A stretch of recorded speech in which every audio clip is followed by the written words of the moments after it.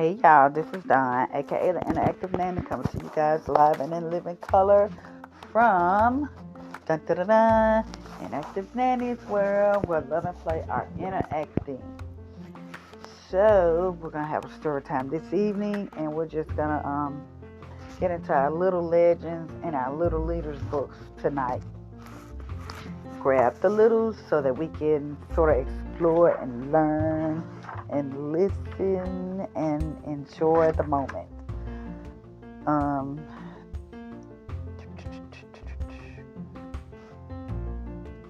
We're gonna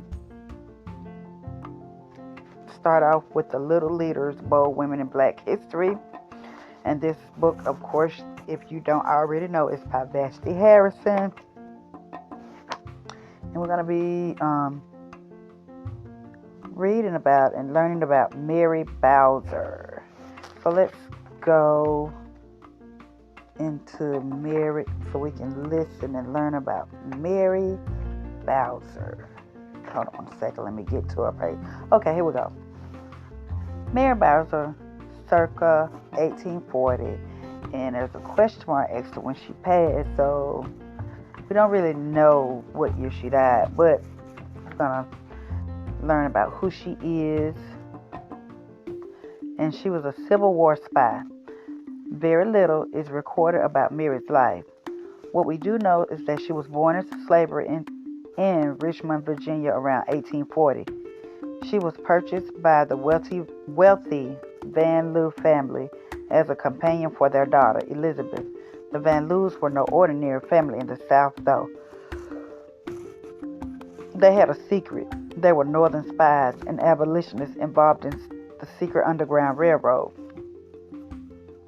Prior to the war, when Mary was a teen, Elizabeth granted her freedom and arranged for her to receive her education in Philadelphia. Mary wanted to assist the Van Loos in their efforts against the Confederacy.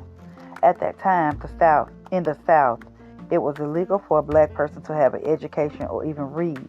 For that reason, no one would ever suspect Mary was a threat. As an enslaved person, she could hide in plain sight, so she agreed to go undercover as enslaved in Jefferson Davis's Confederate White House.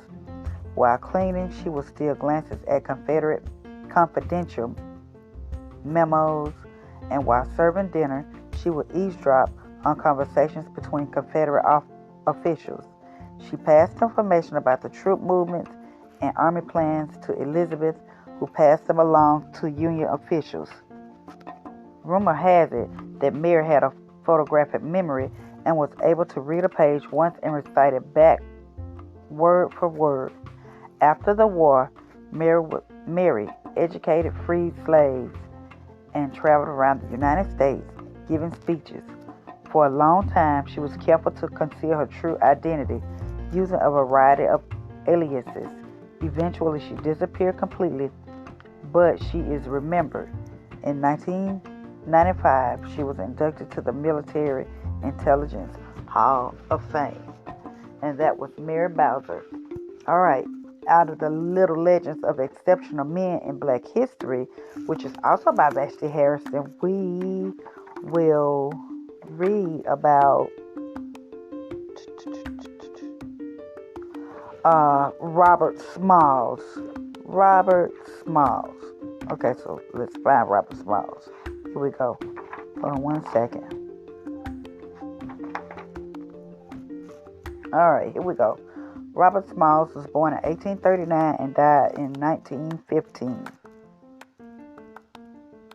Born enslaved in South Carolina as Mary Bowser, Robert was the son of a black woman and a white man.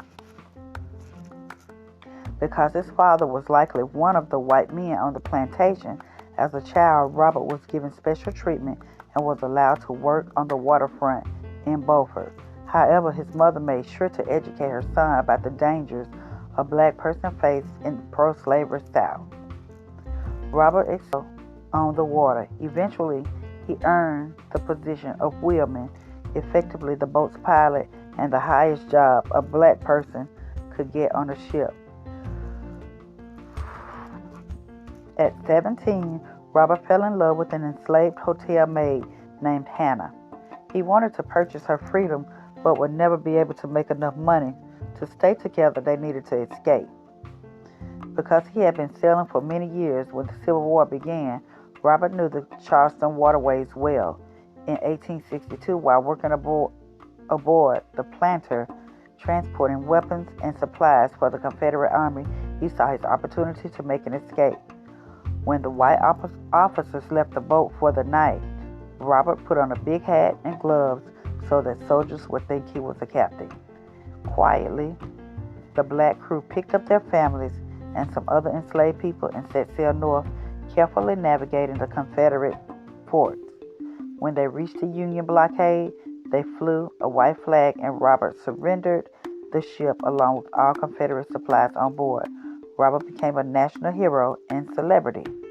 He even met with Abraham Lincoln and recruited for the Union Navy and Army until the end of the war. Afterward, he didn't stop fighting.